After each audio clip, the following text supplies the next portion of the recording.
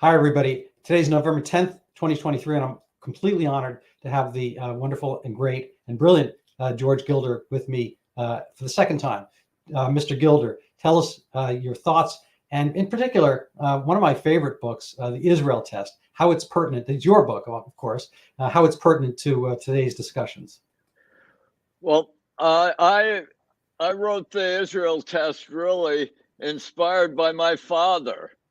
My father was son of Louis, grandson of Louis Tiffany, and roomed with David Rockefeller at Harvard. And in 1936, after graduating from Harvard, they went to Germany and together, and they heard Hitler speak, and they saw the influence the Nazis were having. And my father saw that Hitler would have to be stopped. He came back to the United States. And he decided that Hitler would have to be stopped by air power, that air power would decide the Second World War. And he began civilian flight training in Long Island while working at Tiffany and Company, and joined the Air Force at the beginning of the war, and was lost in one of those B-17 flying fortresses that tried to combine a bomber with a fighter, and couldn't really cross the Atlantic in a storm. So he led a squadron of B-17s that were lost across in the Atlantic. But I always knew that story, and so I've been really, I recognize this kind of pattern over and over again. People resent Jews for their achievement. This is why Jews are resented. They are the most successful group in the history of the human race in every which way. Charles Murray did,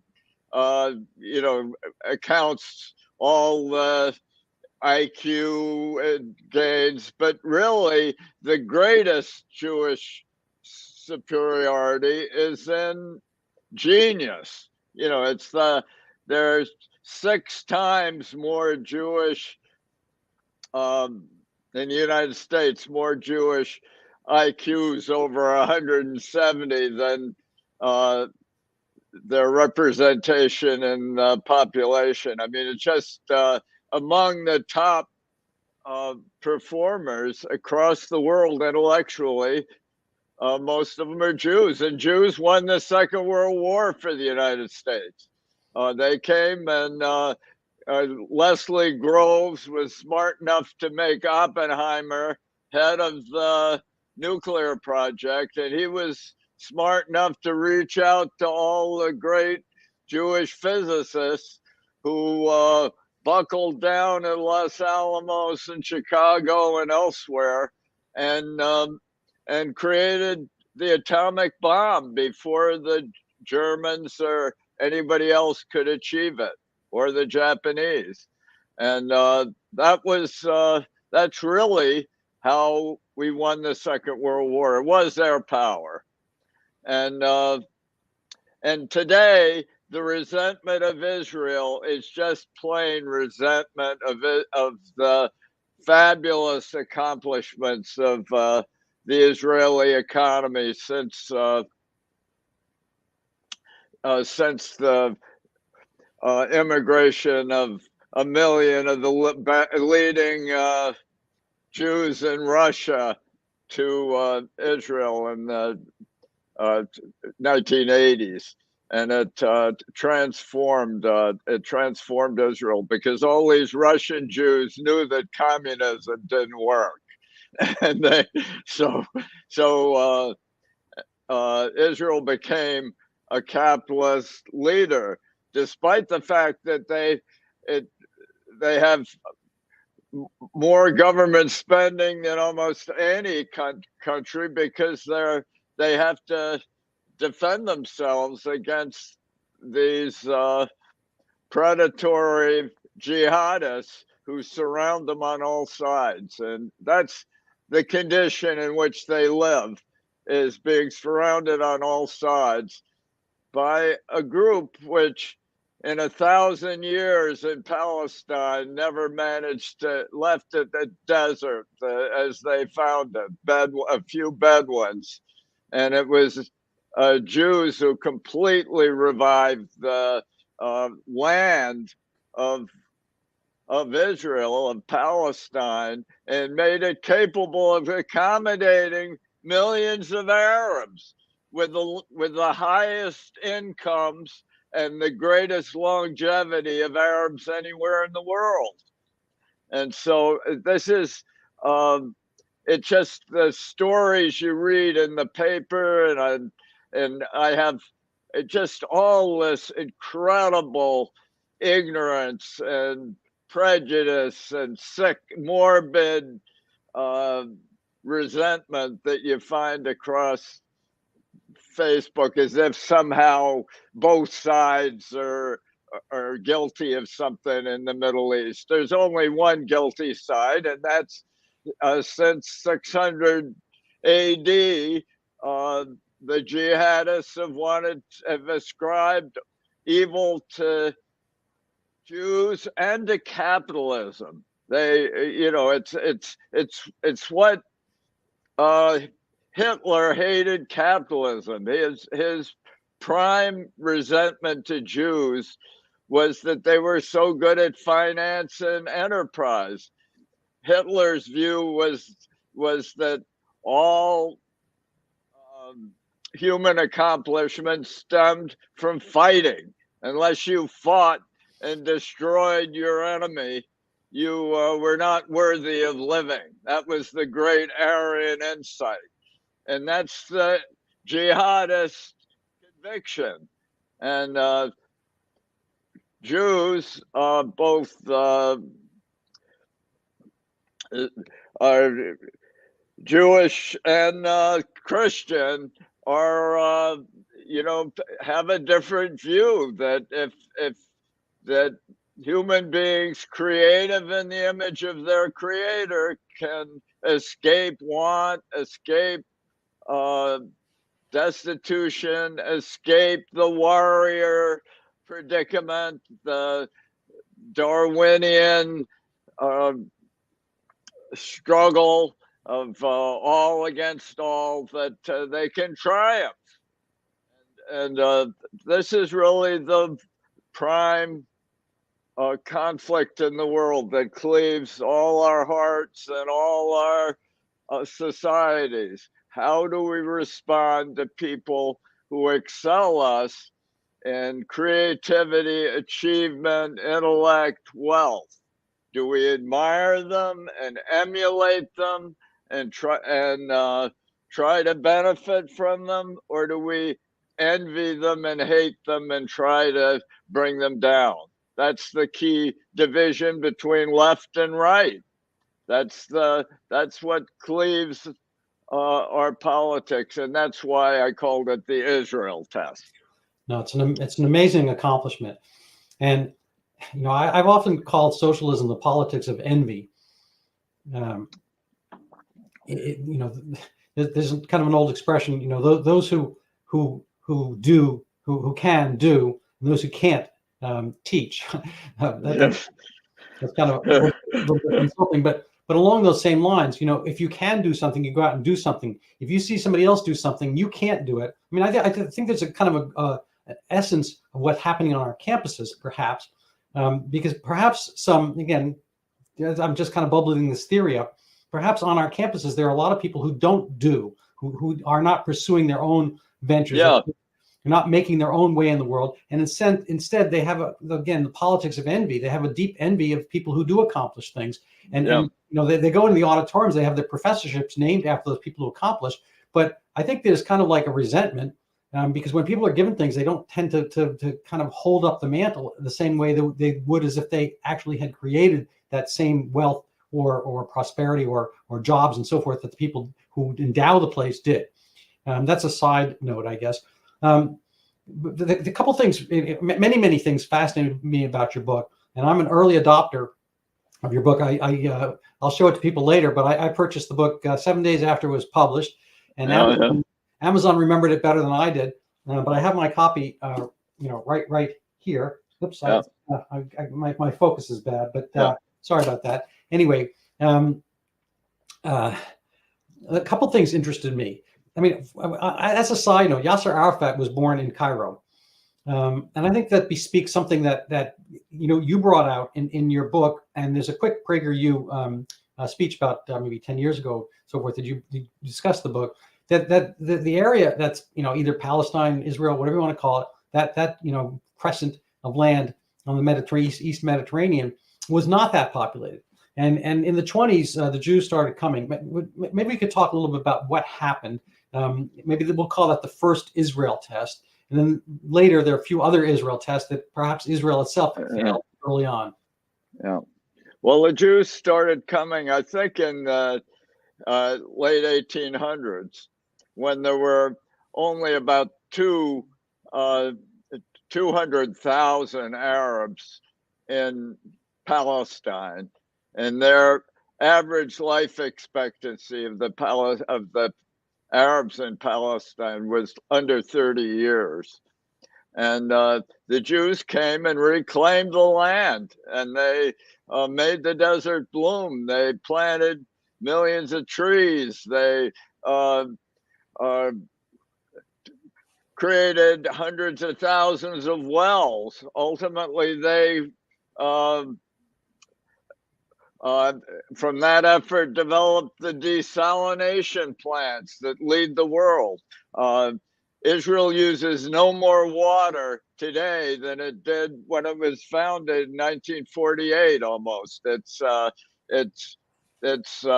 gets its water from the Mediterranean, leading the world in desalination plants, and soon it's developing graphene, which I write about all the time in my investment newsletters.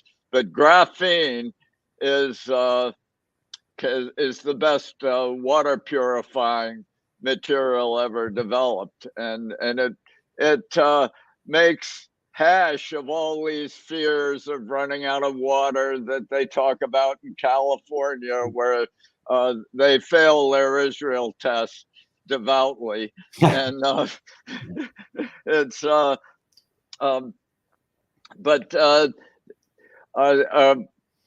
great agricultural analyst from the Roosevelt administration in the late 1930s came to Palestine, went all around the world figuring out agricultural advances and how to redeem the Dust Bowl in the United States, which was the great drought in the Southwest United States that blighted our agriculture during the Great Depression. It wasn't, and Loudermilk was just overwhelmed by what he discovered in Israel. He wrote a book about Palestine then, and all the details of the advances that creative Israeli agriculturalists made in Palestine made it possible for Arabs to move into Palestine, and Arabs moved into Palestine just as much as Jews did, and Jews financed their farms. It was, he showed that how it was the arrival of the Jews and their agricultural advances and reclamation accomplishments that created Israel and made it possible for, in 1948, to establish a Jewish state in Israel. And just as a side note, you mentioned that there was like a desalination of the soil itself. There was a Yeah, leaching the soil is what? I'm not, that's Loudermilk explains all this. It's, but the soil was not, had been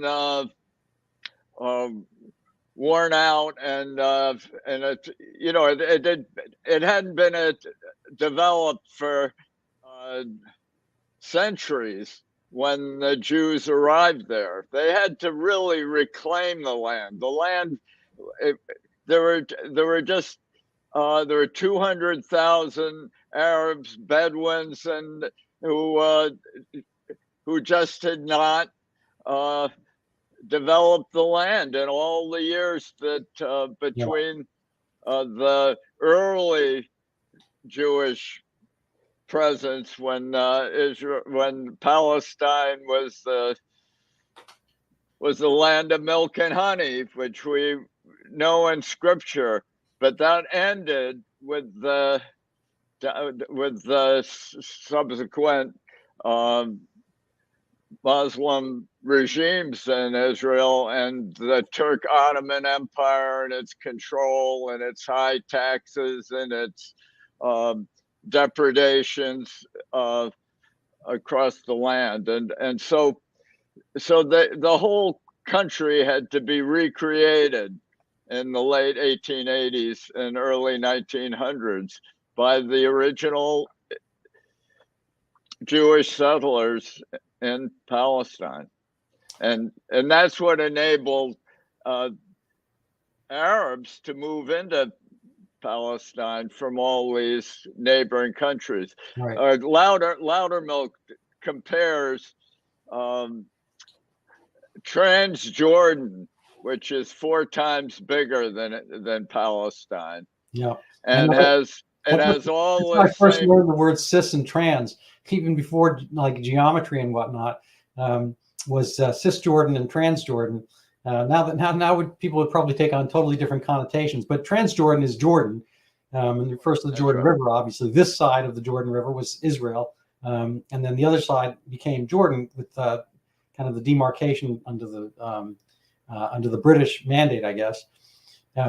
One other quick side note: I'm not sure if you're aware that the word Palestine was somewhat as applied as I guess the Ivy League. I don't know if you're probably aware that the Ivy League was originally a pejorative.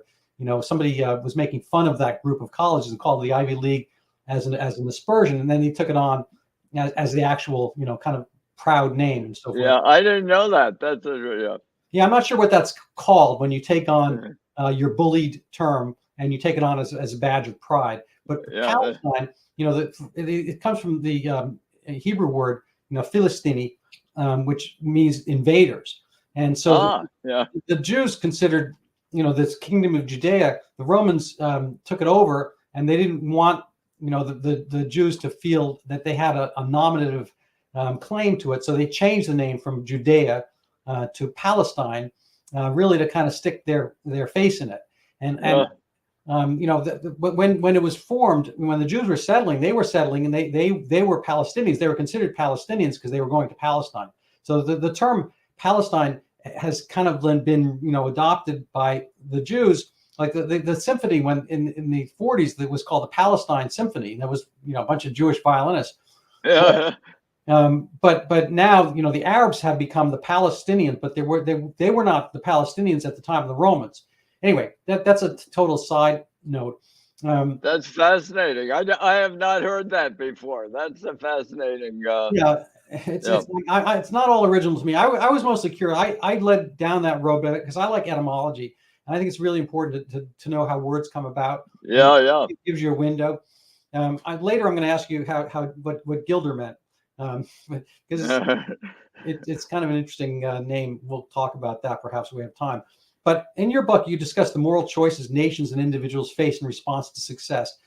So how do you see, this is kind of a softball, but how do you see the Israel test playing out in the current global political climate?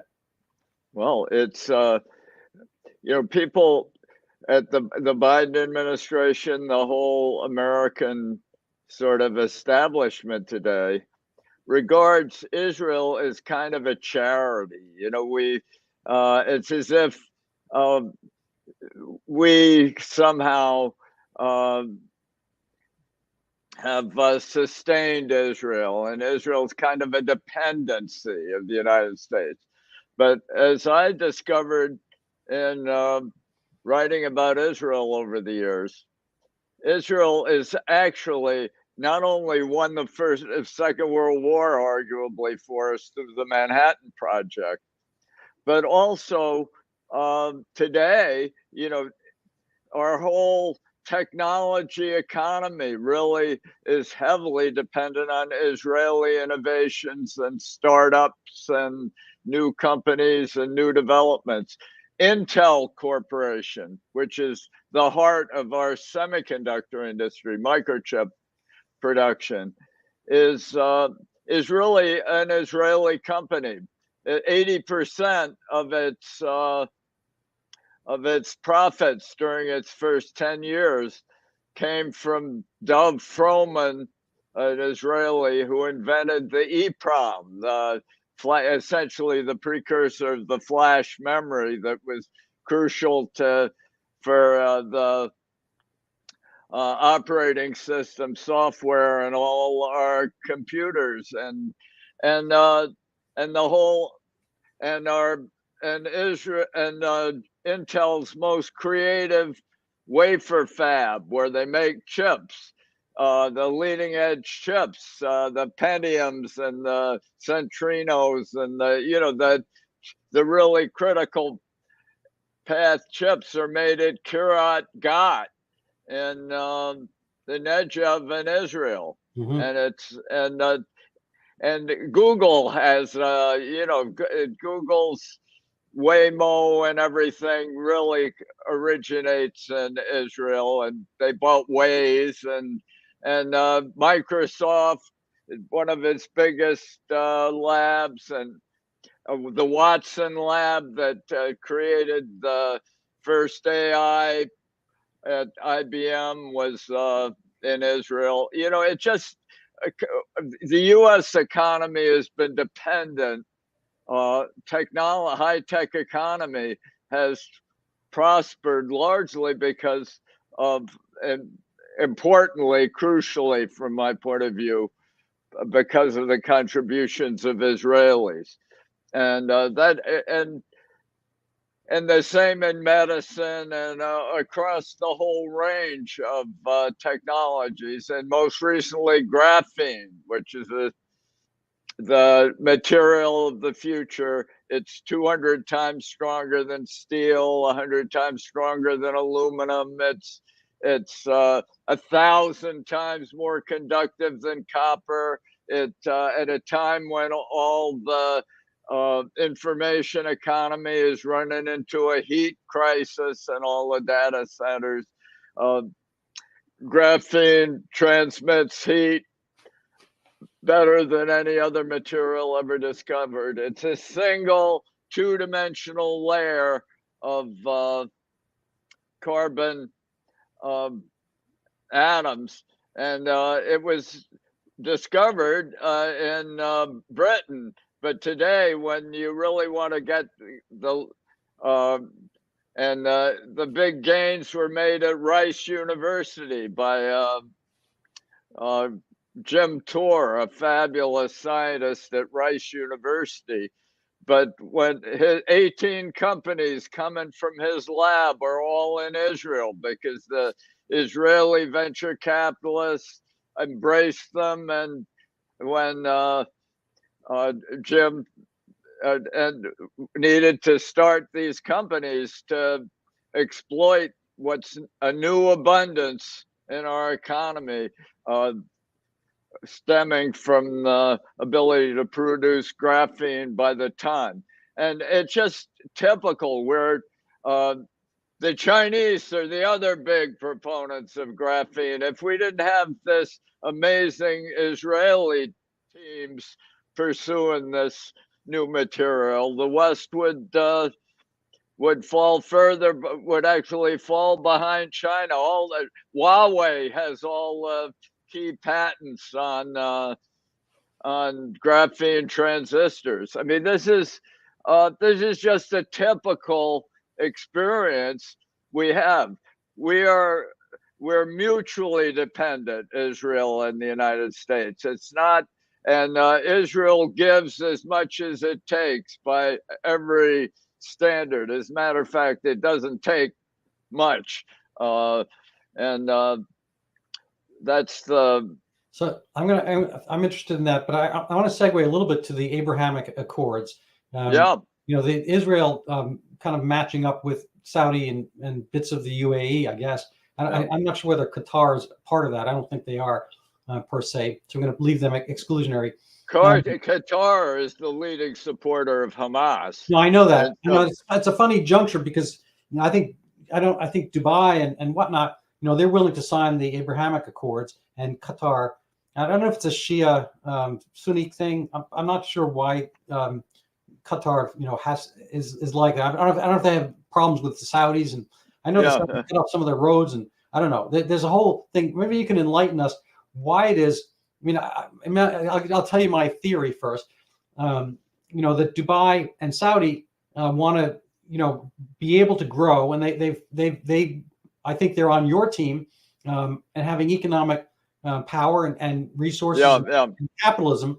And I think they have, in a sense, ideologic brethren in Israel and technological support they're hoping to leverage and whatnot. And I think they want the area to be, a little bit more like the Dubai model. And they have that NEO thing in Northwest Saudi they want to grow. I think it's stalled or whatever. But I think they have aspirations that are, in a sense, more like what the West could be, leaving the religion part out. I'm just curious about your thoughts about that, the confluence of capitalism, betterment, technology, and whatnot, as the underpinnings of that accord. Yeah. Well, the younger generation in Saudi, of the leaders in Saudi Arabia and Dubai and these other countries, even in Egypt, recognize the futility and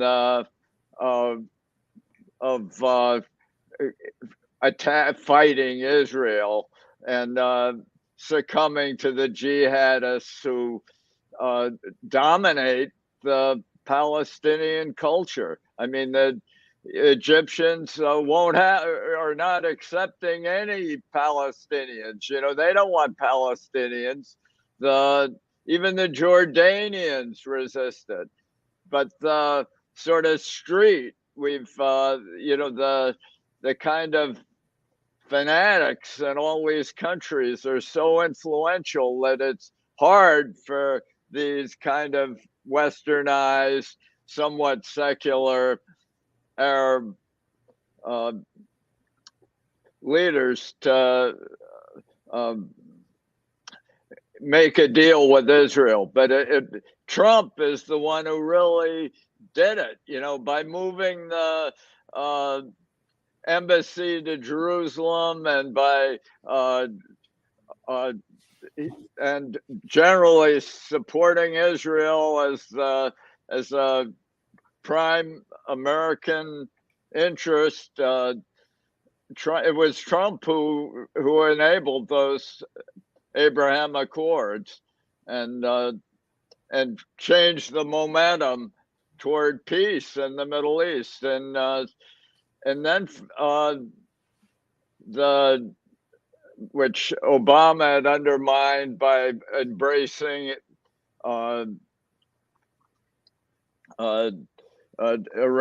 and there's been and now we're moving back toward the Obama inspiration and the new administration, and Obama has a soft spot for jihadists, and it's really an affliction of the Democratic Party. He had a soft spot for Hugo Chavez as well, and I think potentially the Castro brothers. Yes. No, I mean it's true. It was really tragic that our first black president should be just far leftist, essentially a communist. He, Right. he was brought up by Uncle Frank, who Yeah. was a dedicated Franklin communist. Marshall Davis. Yeah. Um, I'm gonna leave that there because that's another day, another topic. Yeah. But I'm kind of also interested if you could comment on the Soviet and or Russian threads. I mean, you mentioned kind of the Russian emigration from Soviet Jews, I guess, to Israel, and that was pretty much brought about under the Reagan administration.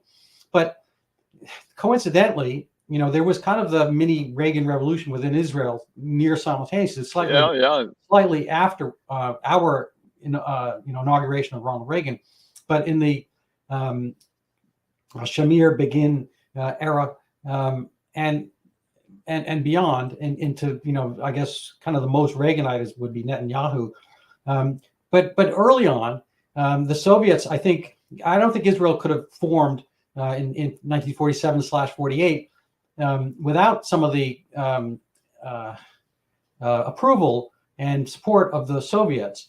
I don't think the United States early on was necessarily as much on board, and I think part of it was because they assumed that what was going to happen was there was going to be a socialist regime in Israel. I wonder if you have any memories or perspective of that, and if you feel like commenting on the Soviet/Russian theme through Israel's history and how things got bollocksed up in early Israel until, say, the 80s. Well, in 1985, their inflation rate reached about 1,000%. Their economy was failing. They had unemployment galore, and the whole Israeli experiment was reaching a dead end, like all communist experiments do. It had become a socialist regime, and it couldn't function.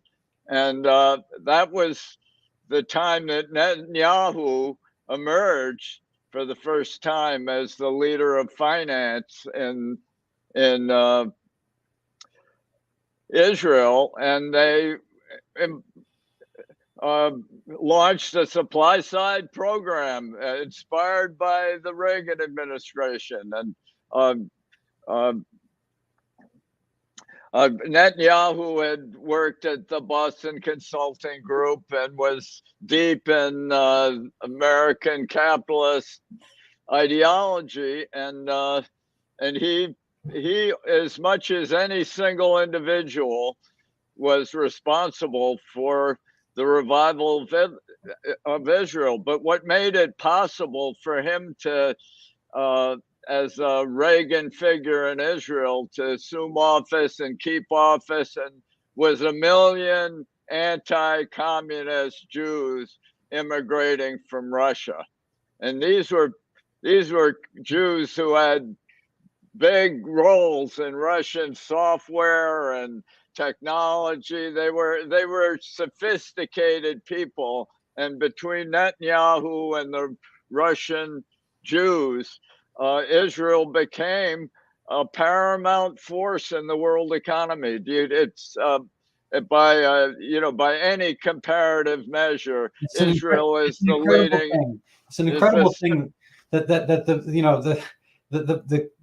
our kind of capitalist world, or the Western world, has so many communist sympathizers, and as soon as the communists can get out from under communism, they're the most capitalist of all. Yeah. Here's a question for you, Randy. If you can answer it, it's amazing. I just discovered it last week. But you know what country in the polls that poll countries all over the world for attitudes toward capitalism and toward the United States and our leadership in the world, who's most favorable to the United States? Well, my thought was it's the actual people of Iran. No, well, maybe I don't think that poll really was probably accurately accomplished in Iran. But what it is the Vietnamese. There you go. The Vietnamese are, they, after the U.S. lost the war and left in ignominy from Saigon, right? The Vietnamese tried communism for about 5 years and discovered that if they continued it, it would the country would just dissolve in destitution, and they became the most capitalist force in Asia, and they're most pro-U.S. The Chinese are very pro-capitalist compared to Americans are not very pro-capitalist according to the polls. It's an amazing thing. Maybe you can source this quote for me. I've always heard it to be Churchill, but I'm not sure, that the longest, most painful, deadly, horrible road between capitalism and capitalism is socialism. Yeah, that's right. And then there's the similar joke, which is, what did Venezuela have before candles? Before what? You can pick your country. What did North Korea have before candles? Electricity. Right. Yep. So I kind of would like to maybe keep scratching at this particular point of the Soviet influence and the early time of Israel. And maybe I'll quote from your book. Let's see. The great irony of Israel is that for much of its short history, this is George Gilder's words, it has been it has failed the Israel test. It has been a reactionary force upholding the same philosophy of victimization and socialist redistribution that has been a leading enemy and obstacle for Jewish accomplishment throughout the ages.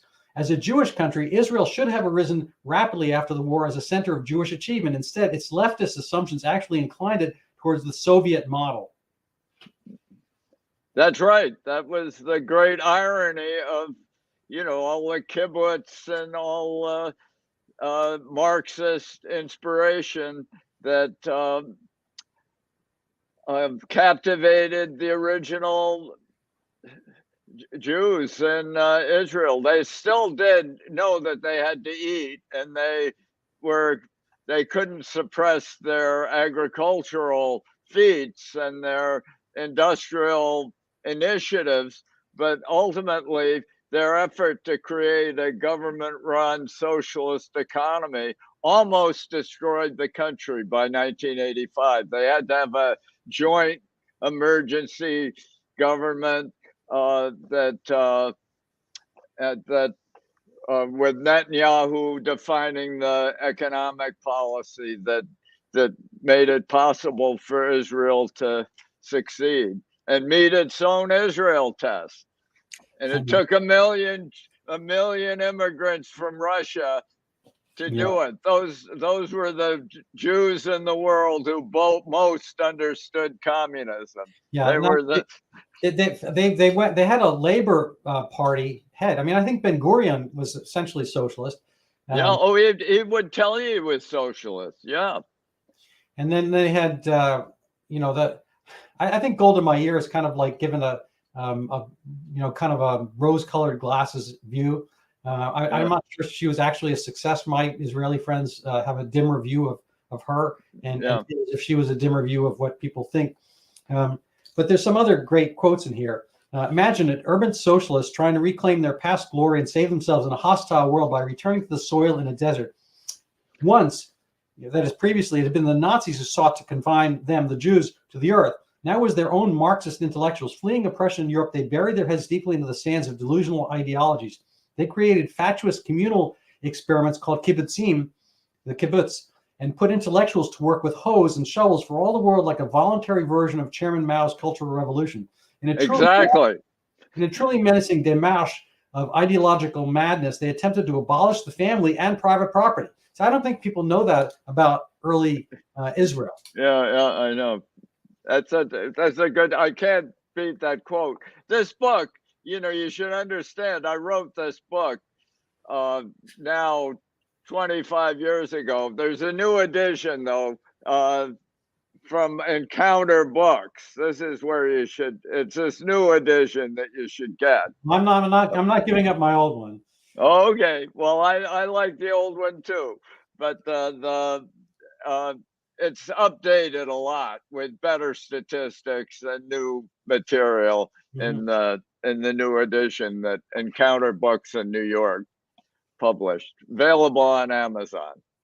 So, the study, you mentioned the Vietnamese poll. There actually was a poll. I kind of was going to not suggest Iran because you mentioned the capitalist part, but I had read, some time ago that the people most sympathetic to the United States in general in the middle, not Iran is not quite the Middle East, but South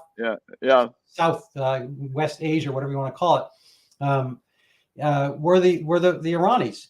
That they, again, a little bit like the people who had to exit communism, the Iron Curtain, whatnot. They're the most fervent capitalists. Yeah. People who dislike fundamentalist Islam the most are the people who live under it.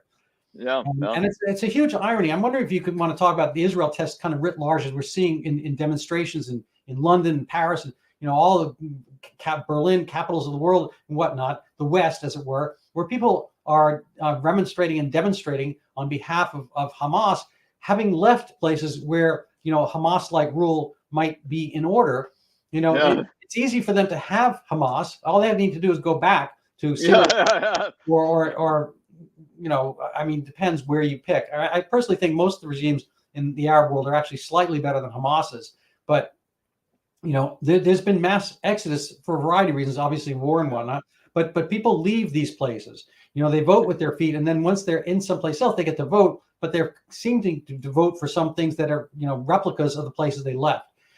But as far as the Israel test going on, is it just all simple team sports that we have to vote for and sympathize with people who look like us or speak the same language like us and whatnot, as a religious banner? How is it? Do you think there's a possibility for moving beyond kind of the factional, deep tribal stuff that has been very successful, mind you, for Islam, kind of carrying on its banner, literally by warfare throughout the world? Is there a possibility? I thought we were kind of moving to a better time and a better place. But who's passing, who's failing the Israel test on a kind of a geopolitical basis or political basis in the West? I think the whole left. And the campuses.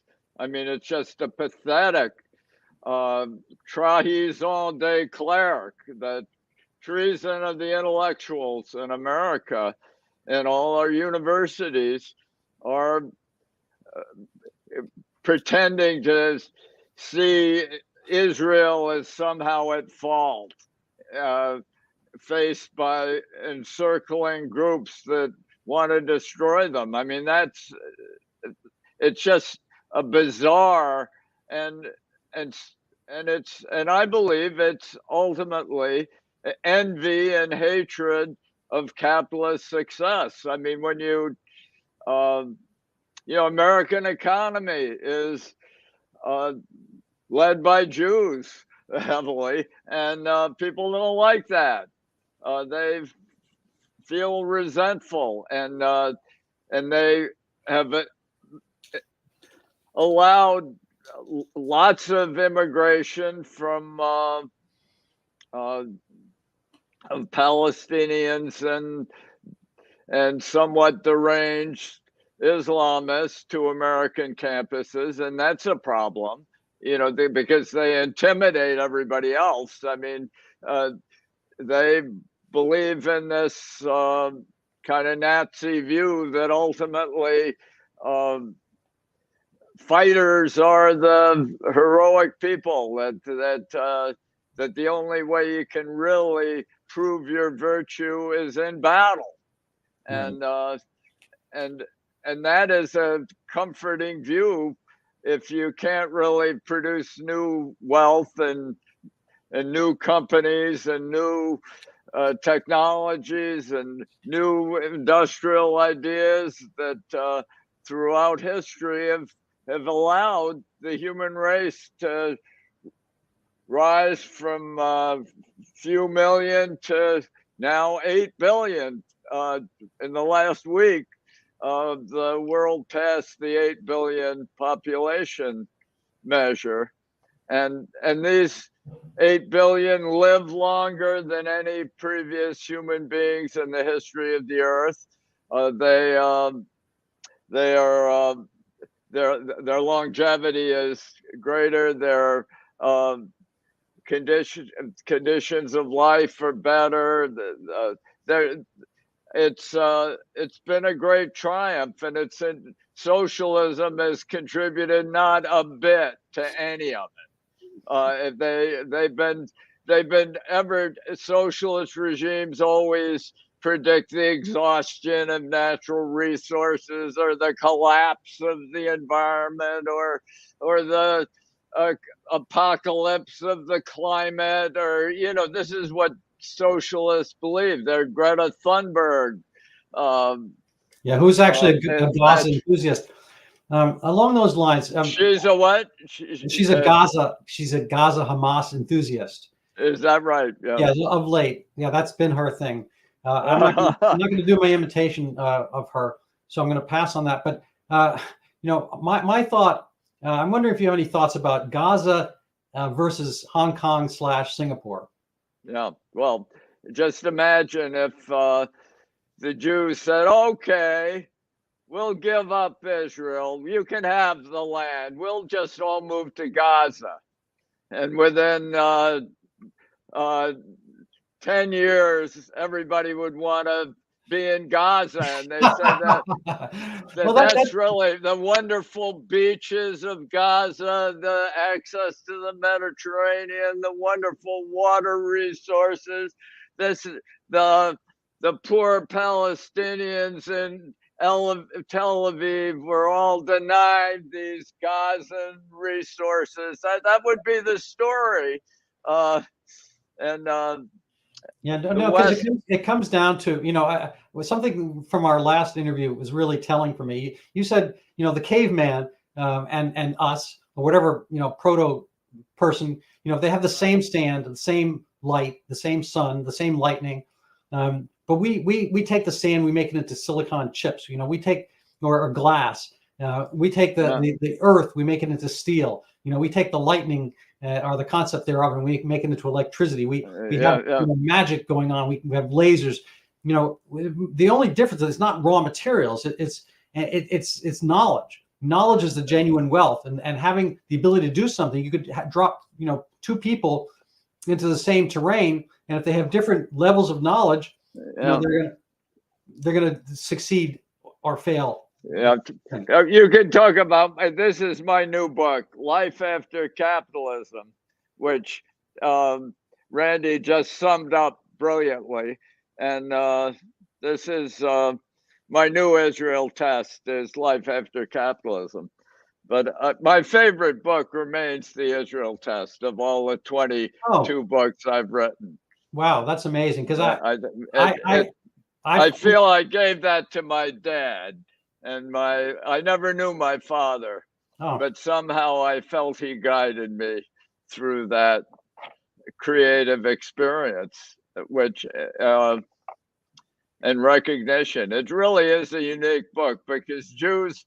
I'm not a Jew, so I can say things about Jews that Jews don't like to claim, and. Yeah, no, it's a funny thing. I don't think the New York Times is currently owned by Jews. I think it's Carlos Slim or somebody. But is that right now? Well, I'm not sure. I think there might be still some ownership by the Ox Sulzberger or whatever clan. But there's always been this thing that the Jews don't want to be too kind of Jew-y.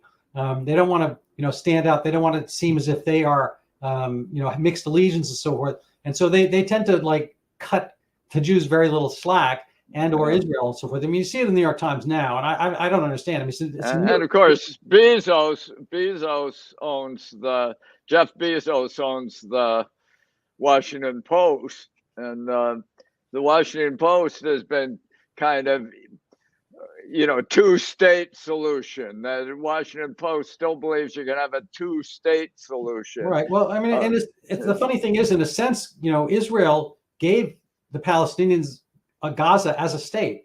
Yeah. I mean, the reason I bring up Singapore, is that Hong Kong historically. This great book by the now late P.J. O'Rourke called "Eat the Rich," which is it's a totally sarcastic title. He doesn't mean that, and he takes things from a libertarian standpoint. But he travels the world and goes country to country, from Albania, which was just coming out from communism at the time, and he spends time in Hong Kong.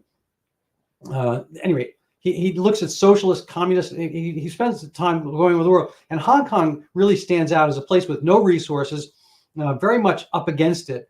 This is before it was given over to the Chinese.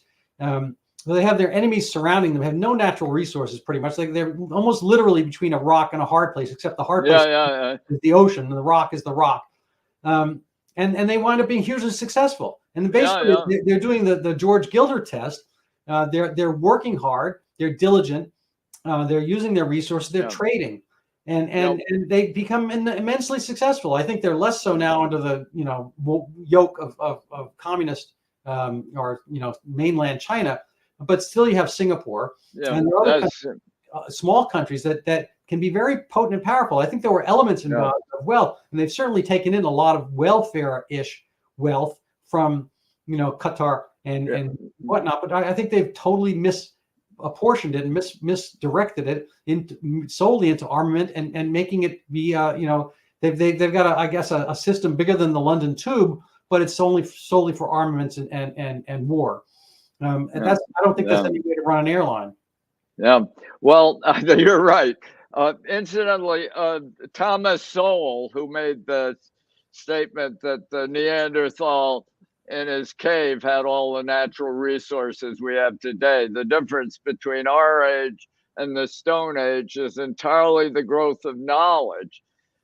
Thomas Sowell also said that the overseas Chinese all over Asia have suffered regular pogroms because the overseas Chinese dominate the economies of all the places they live, and in Indonesia and other places around Asia, they've suffered pogroms, and this has been so much a phenomenon of history that he calls the overseas Chinese the Jews of Asia, but he also says that another way of putting it would be to call the Jews the overseas Chinese of Europe. Yeah, that was. I mean, and mind you, the Arabs have had similar characteristics. The Arabs, settled, Tanganyika, with Zanzibar, and I mean, what we think Swahili is an African language. Swahili is Arabic. Basically with a tincture of African words in it. But the Arabs and Arab traders, the Phoenicians and all, they were in that same model, and they created all kinds of wealth throughout the world. And it's not as if Arabs can't be completely resourceful, but I think there's kind of an element of spoiling the child in a sense by giving so much wealth to Hamas, and it's going to be used, but only by misuse. And it obviates and takes away the possibility of economic growth. It's a funny thing. I think there's a huge male unemployment in Gaza, and people are frustrated and so forth. I don't think they can get out of their way of their frustrations and envies and jealousies, whatnot. It's until 1987 and the Intifadas, when Israelis ruled essentially Gaza and the West Bank, or assured law and order and enterprise. These were the fastest growing places on the face of the earth. The Arab populations of Gaza and the West Bank until 1987 were growing 16% a year. There was the fastest growing populations in the world, and they were increasing their per capita incomes at the same time. When the Hamas and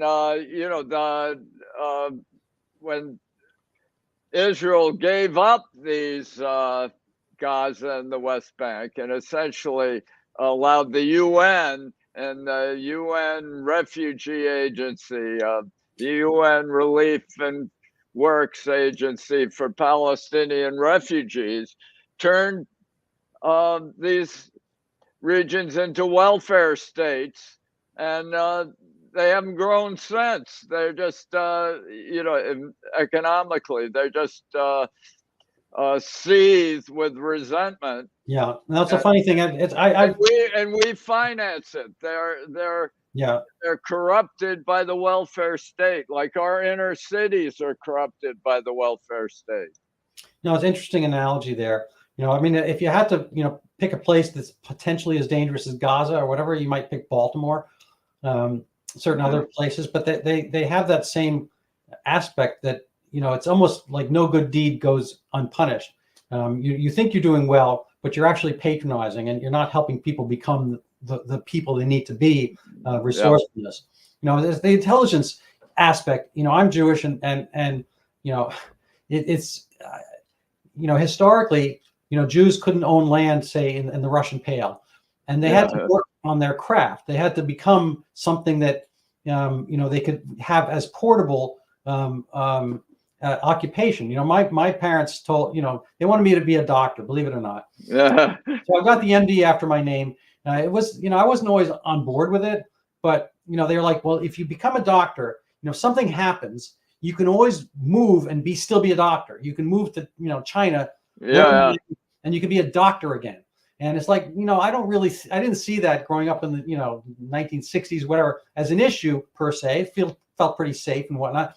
But I think Jews historically have had that aspect where they have to carry their wealth, in their noggin, because the pogroms or whatever, something might happen. You lose all your physical wealth. You weren't allowed to own land. They weren't allowed to, have kind of like estates and whatnot. So everything they had to either learn how to trade. They had to learn how to, kind of, I guess, finance things, make money, assess jewels, or have these small things they could carry around, or become dentists, lawyers, accountants, doctors, and whatnot, and scientists, so they could have their potential for recreating their occupations be portable. And so that's worked. I haven't had to really move around that much, but who knows? Yeah. Well, I like this Zika book is really a textbook that everybody should read before we have a new pandemic. Yeah. So who's the author of that book, huh? That's Randall S. Bach. Well, what a coincidence. That's my name. What? Yeah, no, it's an interesting thing. I actually have a couple other books I'm ready to put out. I have them actually. I wrote them before Zika, but when Zika came along, when my concept of the book for Zika came along, I knew I had to get it out ASAP. So I kind of pushed that one, and I thought it could be a little bit more like name defining and authorship defining, as a kind of an interesting theory. But I've got a couple other books that I want to get out. I'm not going to bore you with the concepts too much, but one is on cancer, a different way to think about cancer. Another one's about narcotic de-addiction, getting out of the narcotic addiction maze, which similar, has some of the same themes as welfare, in the sense that what we do now, I'll give you just one quick thing. I don't want to divert from our talk, but basically when we treat alcoholism, if you're, kind of having a horrible time drinking, we go to sobriety first. Fine. And there's AA, which is kind of a religious order in a sense, and framework. But with opiates, what we do is we give them the same thing they were on. It's basically the welfare. We give people methadone and or Suboxone, which is buprenorphine rhymes with morphine. We give them narcotics. We give them the hair of the dog because we don't think they can conquer their addiction. It's Michael Gerson's phrase, the soft bigotry of low expectations. Yeah, that's a good phrase. So I think it actually pervades a fair amount of what you mentioned, the UNRWA, the UNRWA, refugee camps, this whole kind of thing where they're keeping people and they're feeding them and welfareizing the kind of Palestinian population around there to be a thorn in the side of Israel. And so they don't move on and get on with their lives. But people have had, trans migrations and so forth.